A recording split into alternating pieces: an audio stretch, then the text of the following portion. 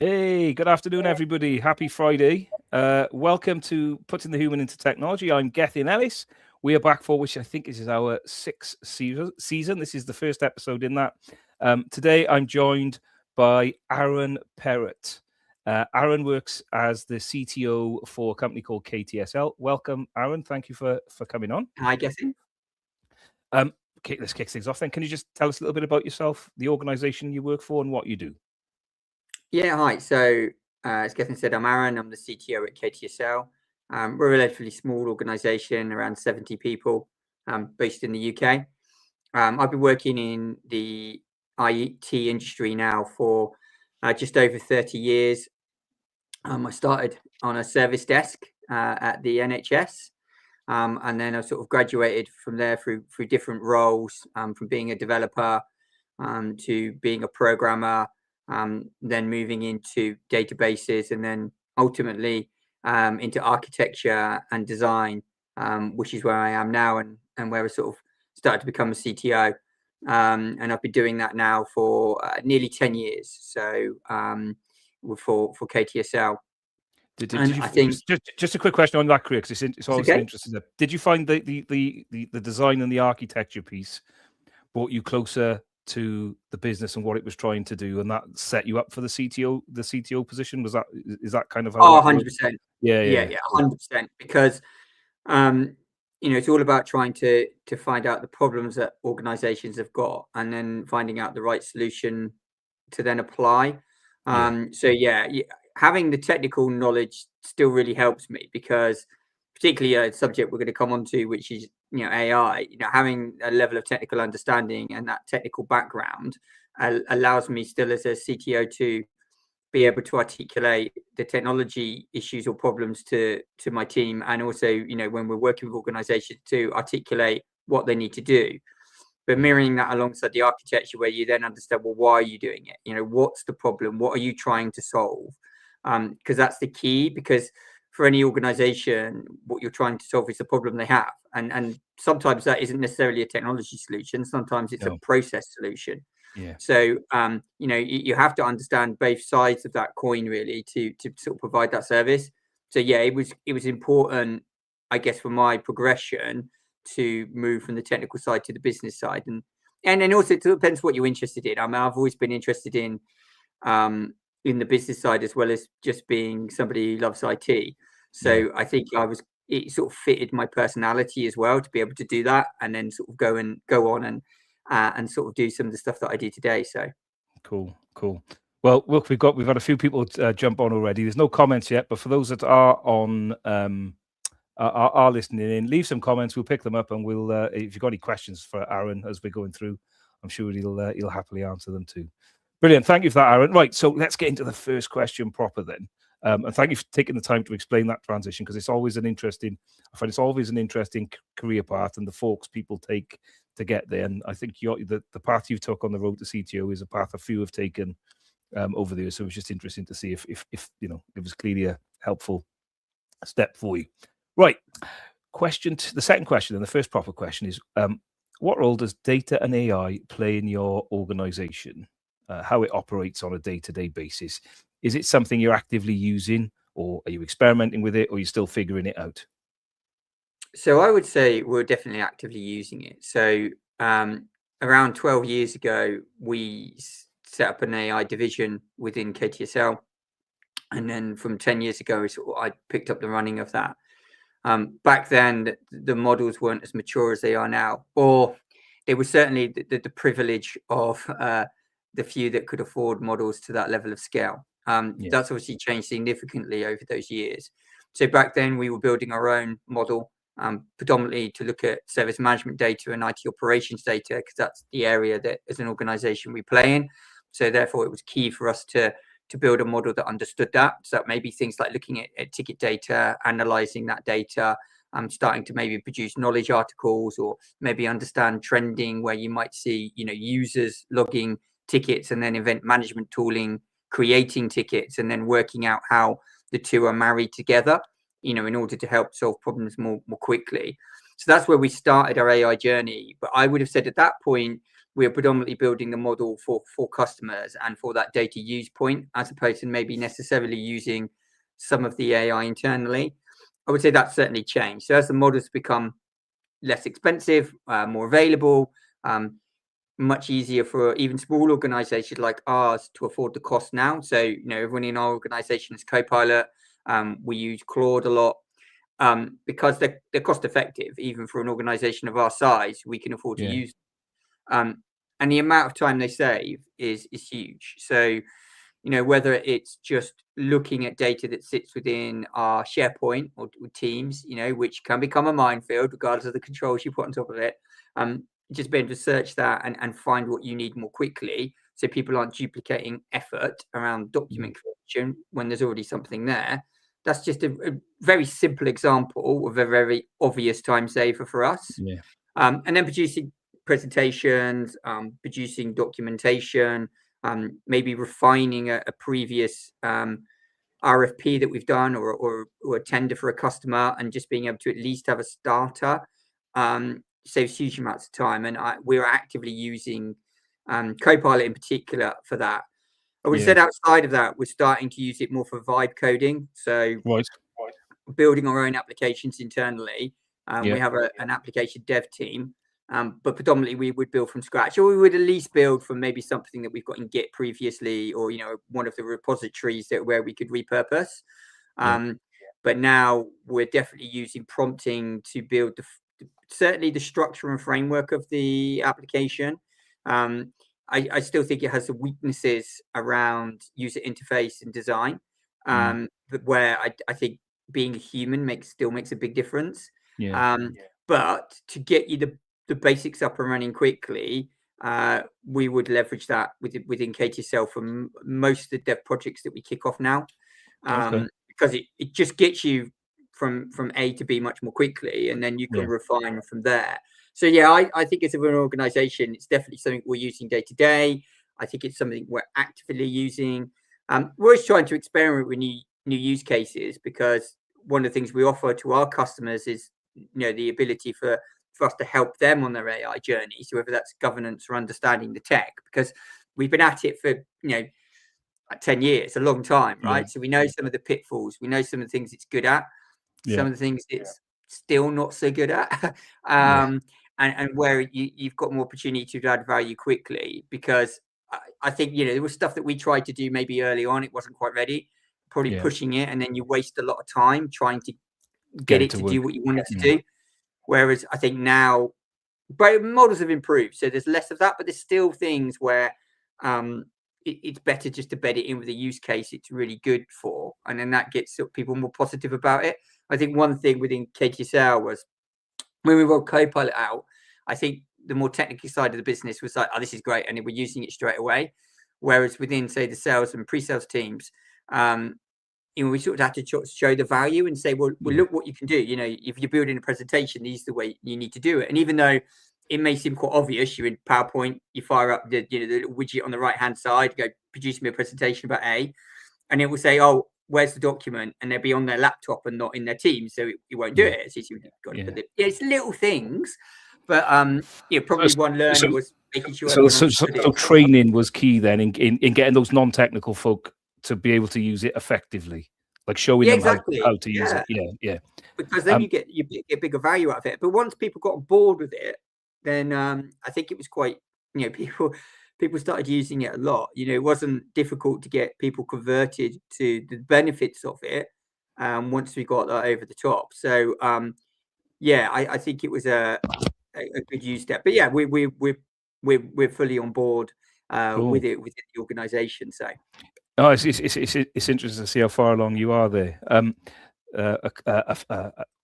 A colleague and client of mine, Owen, has put a comment in the chat saying, "Go Gethyn." I don't know if you know Owen or if he's if he definitely knows me, so that's probably where that comes from. It kind of threw me off there, but it was interesting around the training because Owen works for a company called Learning Tree, and they're doing a fair bit of work in the sort of enablement space in the UK at the moment. So I was like, oh, I wonder if there's any relationship between the two. But that's really good around the sort of use cases in terms of like.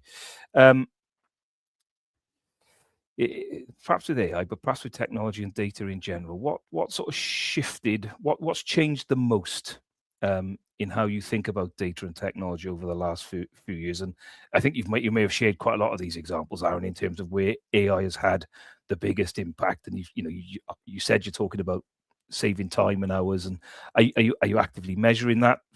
How has it impacted your business in over the last few years? Yeah, so I think it's just time to get things up and running from our point of view. If I look at it from because we're a relatively small organization, so some of the barriers you get for introducing AI are much lower in a smaller organization because you've got control of them. And particularly because we're an IT organization, things like making sure the security is in place, making sure the way that we're pushing it out is in the right order. We have a big advantage there because we understand a lot of that. So whilst we're a relatively small company, it's 70 people, we have a dedicated CISO. So a lot of smaller organizations wouldn't be in that position. But because of the nature of our business, it's important to us. So I think some of the barriers for adoption were easier for us. Yeah. I think if I look at some of the corporates that we work with, so we work with a lot of banks and telcos.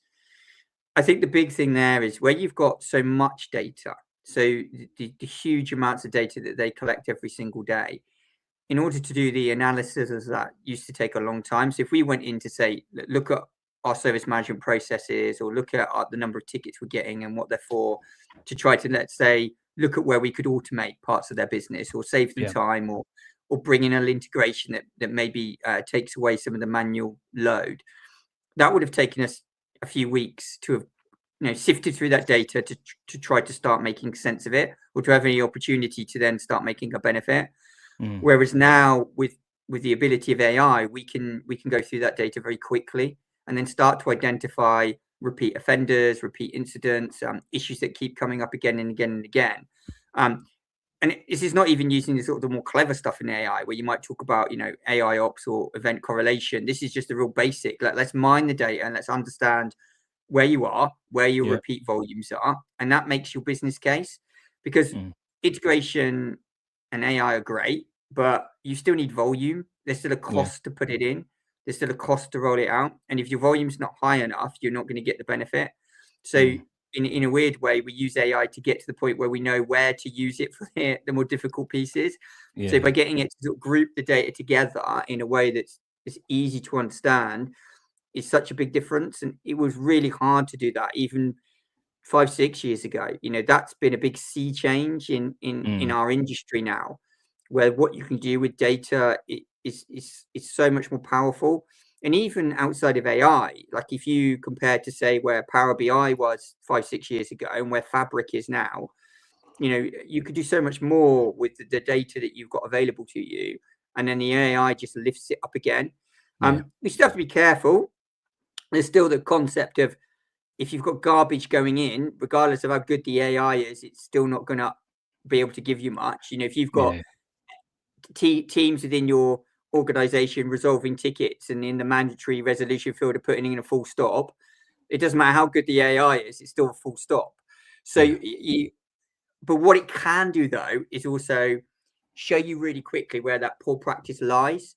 So if you're getting teams that aren't necessarily producing good quality knowledge, or the wikis aren't up to date, or there's a gap in where in your understanding within the business, you can use it to start to isolate those gaps quite quickly, and then allows you to either repair the process or do something about it. Or if you've got good enough input data, maybe use some of the generative features of AI to produce better resolutions. But it allows you to start to focus in on where your problem areas are way more quickly than we previously could. So the whole engagement lifecycle to say, okay, we'll assess where we are and let's look at where we can make improvements is massively shorter with the technology that's available to us today, and significantly cheaper than it was 5-6 years ago. Because even the basic Microsoft models now, the sort of the GPT Lite models are still more than good enough for 90% of what you need.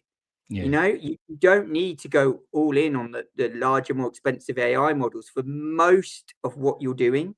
So one of the things we always recommend is start start with a base model, right? And if it gets to a point where, okay, you're not getting the results you want, cool, look at moving to a better model, more expensive model.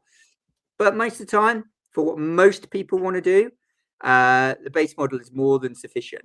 And it's got more powerful over time. And also it's a good idea to prove the point, because it will allow you to start focusing in on where you're getting some of the benefit and where you're getting some of the use cases. I think the other big change for me is where AI isn't just doing one thing.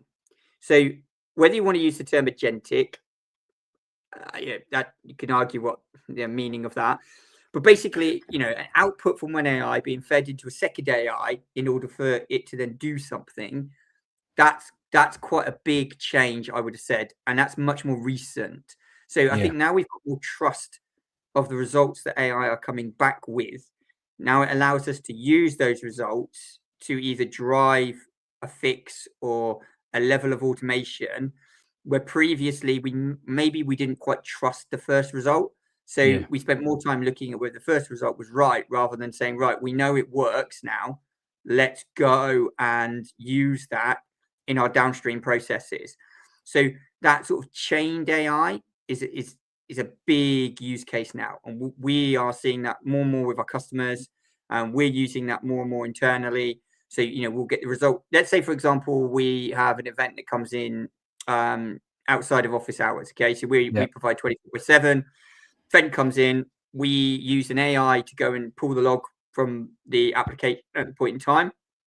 So we don't have to worry about the logs rolling on and losing that cycle. We'll then take that log, feed that into another AI, which will process it and look for where the error sits within that log. We then take that output and say, is there an article available within our Teams organization? It will then find the article, and then if the article points to a automatic script to run to fix it, it will go and call the script. Now that sort of chained AI process is new. Say new. Last couple of years, I'm seeing way more of that, because the level of intelligence it has gone up, and therefore the level of trust. Now, some organizations might not run that on critical systems, right? You still might call a human out, get them to verify what the AI has suggested, and then click the actual button. Let them approve it at 3 o'clock in the morning. And go, that fixes exactly it, right. As opposed to cool, okay. Because you still want the guardrails on your critical systems. But if it's a system that's not critical, then let it do it. And if it causes, if it then raises a ticket off the back of it because it doesn't fix it, well then you can step in. But there's a level of taking away the sort of the I guess the easier jobs, the low hanging fruit. There's the stuff that I don't want to get called out of bed at 3 a.m. for a P4 system when all it needed was a restart and no one's on it. It's just like I don't need that. So it's very different to a P1 system, very different to a core function. And I guess it also by doing on the core P1 system, yes, I understand. The P4 system is fine. Perhaps it could wait till the morning, but if it does fix it overnight, then you're not coming into a stressful situation. Granted, it's probably not that stressful if it's a P4 system, but you still got to do it, and it's fixed. It's fixed, so you can move on. Awesome. Exactly right. And it just and then you can focus on more important stuff. I mean, that's the key. If the P4 system was down in the morning, somebody would still have to pick that up. Whereas if it's fixed, just come in and carry on. And what you were going to be doing. Or it frees up your time to look at, well, why did it fall over? So then what you're doing is something that's more proactive rather than something that's reactive. And that gives you much more. Well, first of all, it's more interesting, right? I look back from when I was a developer and a programmer. I would much rather be developing something than fixing an incident. Right? Sometimes you have to fix incidents, part of the job, but you want to be focused on where you can add more value.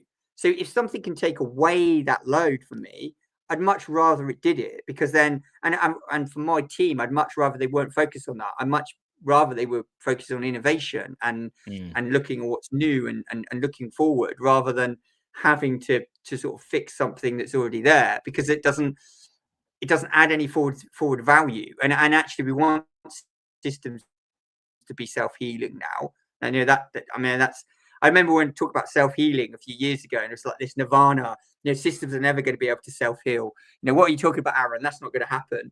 And now we're at the cusp of that, actually, where there's a huge amount that they can do themselves, and we are getting close to that, with always with the right guardrails and the right security applied. And I think one of your later questions would talk around like where the human is still involved, but with the right guardrails, we're getting much closer to that thing. And I think a good example of it is, if I'm like out in the garden doing something, right, and I cut my finger, right, and I come in and I put a plaster on, yeah, or one of my children happens and I put a plaster on for them, right? Yeah. That sort of healing in our world now, yeah, I can do, right? It can apply a plaster. Doesn't need somebody to apply the plaster for them, right? It doesn't need, it's straightforward. If I break my leg in the garden, I probably still want a human looking at that, right? So it's, the scale of what's happening also impacts the use of the AI, I think, because there's some stuff that it's so simple. Just do it. Yeah. Yeah. So yeah. Cool. Yeah, Cool. Okay. Yeah, I'm not sure I let a robot put a plaster on my kids, but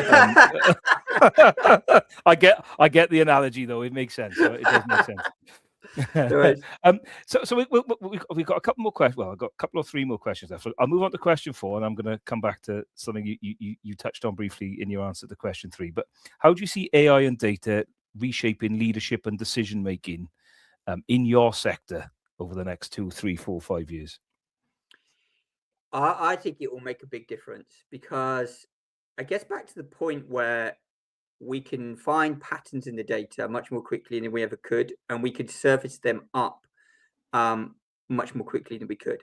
So rather than dashboards and reports that would typically go into C-level or senior leadership teams being produced probably over the course of a week, and it would be like a weekly meeting and you'd sit down and you'd look at the data, now that should be real time, really.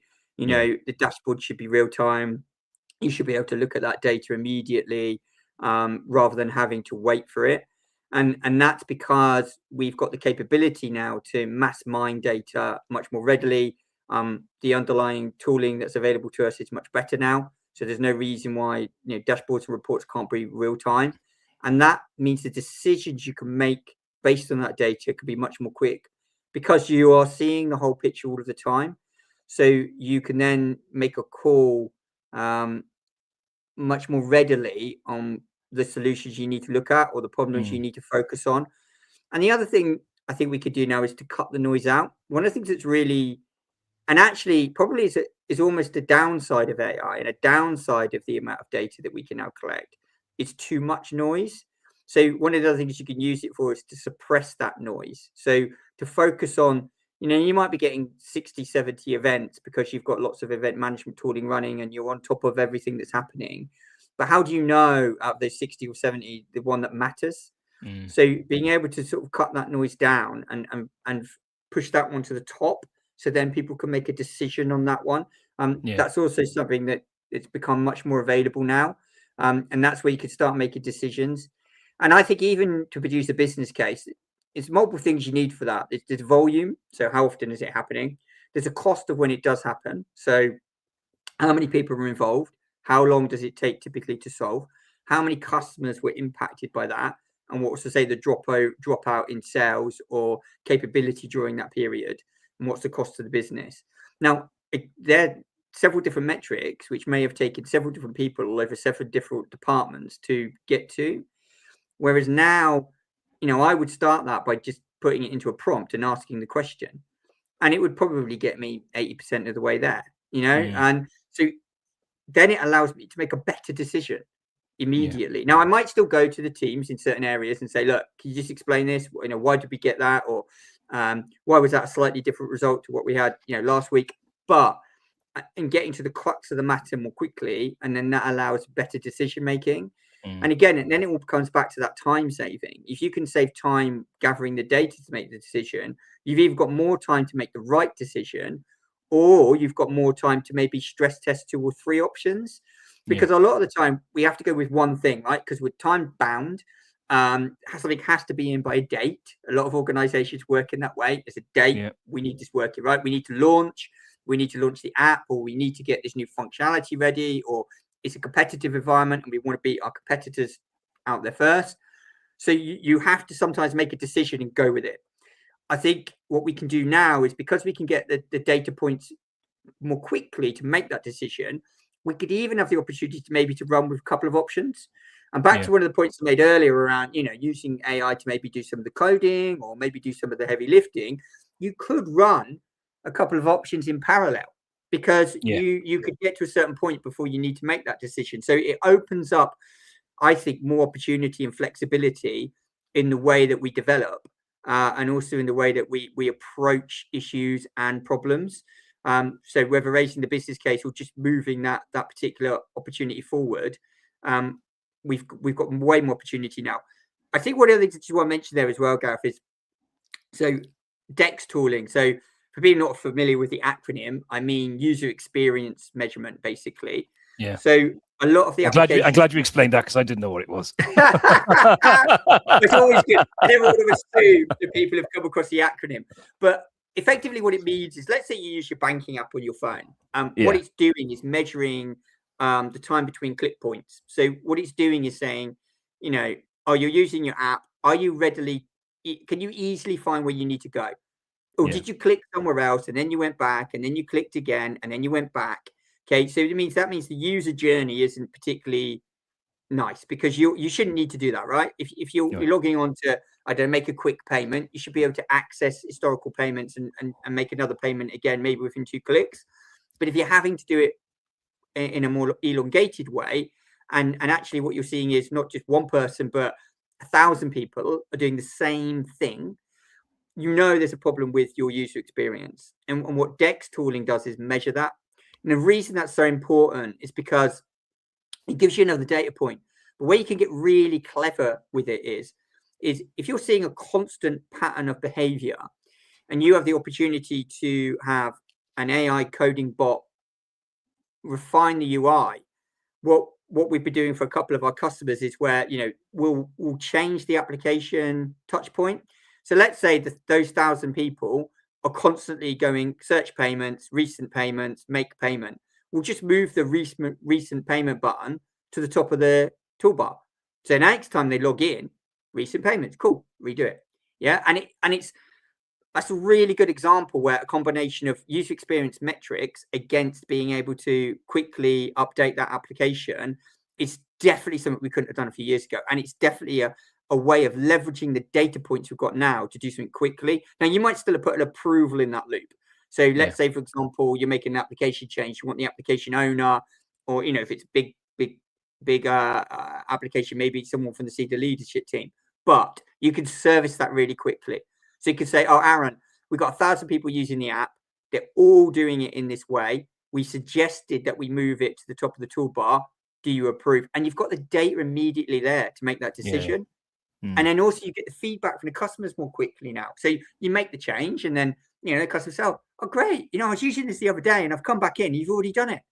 That's great. And you get the instant feedback, and you can see them, you then look at your user experience metrics and you can see them using it or engaging more readily with it, and some of the big providers, they've been doing that for a long time, like refining the store journeys to make it, slick as possible.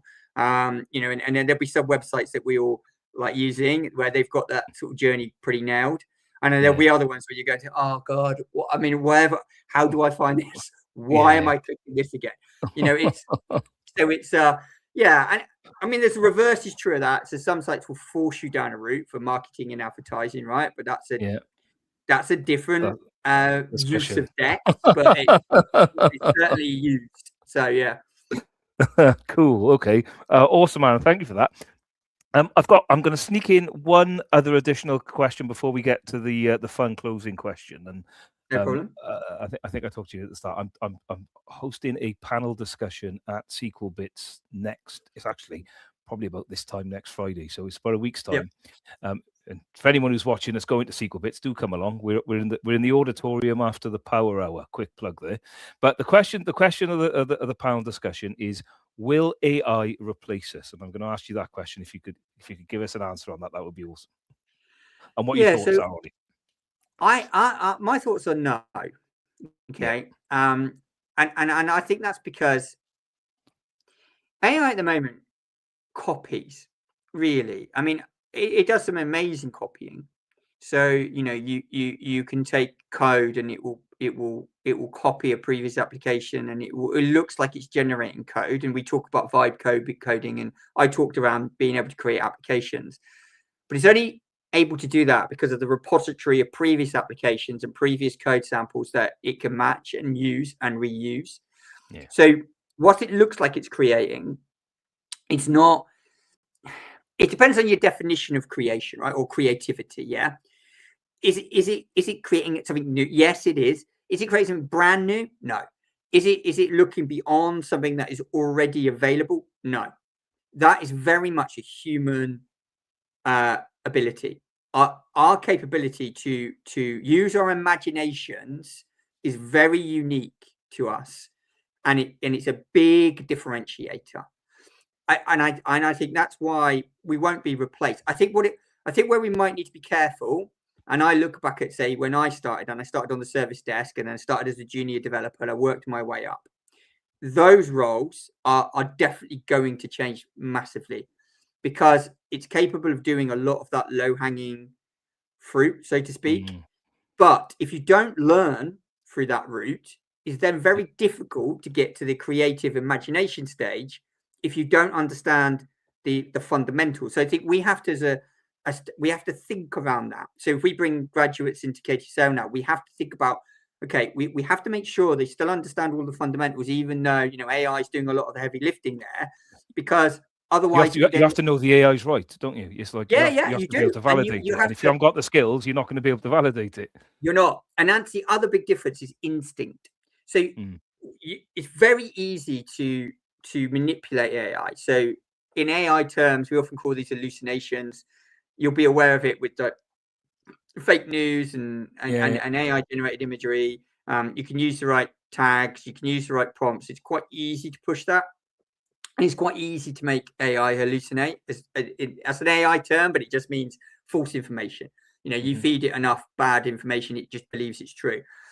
As humans, not always, but sometimes we have an innate inner sense of when something's right and it's not, and that's very difficult to get an AI to do. So we've been working quite a lot in the psychology sector recently. So we've been getting graduates, actually university graduates who are doing psychology degrees, to work with the AI models, and it's all about picking up traits and human behavior. So we'll film videos, and then we'll put the AI through it, and it looks to things like, were they lying? Was there a native tick? And it's deliberate, so we're asking deliberate questions to force the issue. And were they getting nervous? Was somebody maybe not comfortable? And it's interesting that it's quite good at very obvious clues. Whereas you've got somebody who's trained in that field, they're picking up on very small things, like very, very, very minutiae detail. And it's also a sense of like body, almost like that reading of body language is very hard. And I use it as an example because AI is still poor at that. It doesn't have instinct. It doesn't have that guile that humans have. So I do believe there's going to be a level certainly we have to be conscious of the jobs it is going to do. But I think maybe as we have to think about where we add value, and maybe the way we train people, or maybe we get value from people, has to change a little bit. And I think we also have to think for ourselves around, okay, we know that AI is going to do some of this. What am I going to focus on in order to make sure that I've still got a good job and I can still contribute in a workplace mode? My role might change a little bit, and I might need to start thinking, okay, I'm going to take the data inputs. How am I going to use them? How am I going to analyze them? It might become a role where I'm thinking through information rather than necessarily creating it. So I think the job roles will change.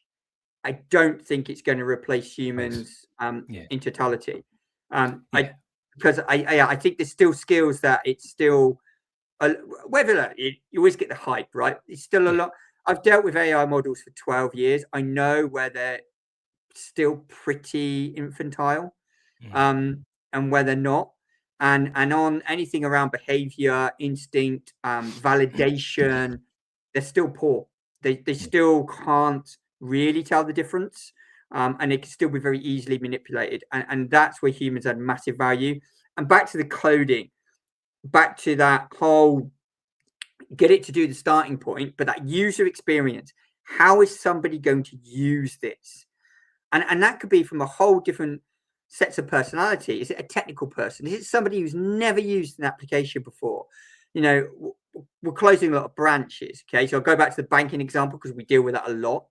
But we might close a branch where somebody has never, ever used an application on their mobile phone because they've always gone to that branch in their whole life. Okay, and you know, they're elderly, they don't use it. An AI is not going to think necessarily about the difference in capability of an application. It's going to think how quickly to build it. It's not going to think, oh, maybe we need guided prompts. Maybe we need to expand the size of the screen because this person isn't going to be able to read it so easily. So we want to have some mechanism to magnify that out for certain journeys. Yeah. And that's where we add value because we will understand that. You know, we all have grandparents. We all know what it's like, you know. So that's value add. Yeah. That's where thinking beyond a certain level, you can really add a difference. Sorry, that was a long answer. No, it was a good answer. It's a good answer, and I've been scribbling some stuff down that I'll use in my discussion next week. I think it's quite well aligned to my own thoughts on it, in truth. So thank you for sharing. Now, No problem. Aaron, we've got the last question. This is a fun question normally, and the question I'm going to ask you is: if you weren't working in technology, what other career or profession could you see yourself doing? Well, I would have loved to have been a racing driver, but I probably was never quite good enough, and I certainly didn't have the opportunity when I was young enough. So Right. that would have been like my perfect world answer. You didn't have a rich family member that could bankroll you into the sport. No, like, I didn't know, but I do a little bit now. I'm lucky enough to be able to do a little bit now. I've got older, Right. but I'm probably never good enough. I think maybe more realistically, I probably would have gone into music production. So Okay. I still do a lot of music now. I like to write music. I really enjoy it. Probably would have gone into the production side. I mean, similar when I was growing up, music tech production was very expensive.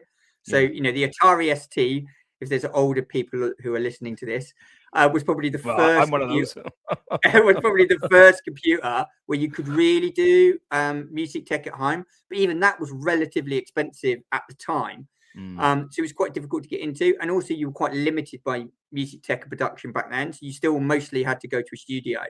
I think if I had my time over, I 100% would have loved to have gone down that route because I still do it where I can part-time. And I've got a music laptop now, which you could just, and then it's not expensive anymore. Put the technology, and you can build like whole soundscapes with it, and it's amazing. It's a whole amount of creativity that you can use in that. And I guess it's sort of technology related still, but it's more on the creative side because I love music. So being able to do something like that, yeah, is probably where I would have gone into. Fantastic. Because it's such an interesting field, and I still do a little bit now, and it sort of dovetails a little bit with what I do in technology, but it's a hobby, you know.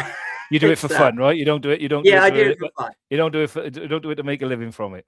No, but it would have been lovely to have got into something like that maybe early and gone into production. That would have been my answer. Yeah, fabulous, awesome answer, Aaron. That's the end of my questions. You've been a brilliant guest. Thank you for sharing your insights. It's been a pleasure having you on. And no, thank you very much for inviting me, Gethyn. No, it's been a pleasure, mate. It's been a pleasure. For everyone else, we're going to drop offline now. We'll carry on our discussion backstage, but the next episode will likely be out sometime next week. Aaron, thanks again for coming on. No problem. Thank you.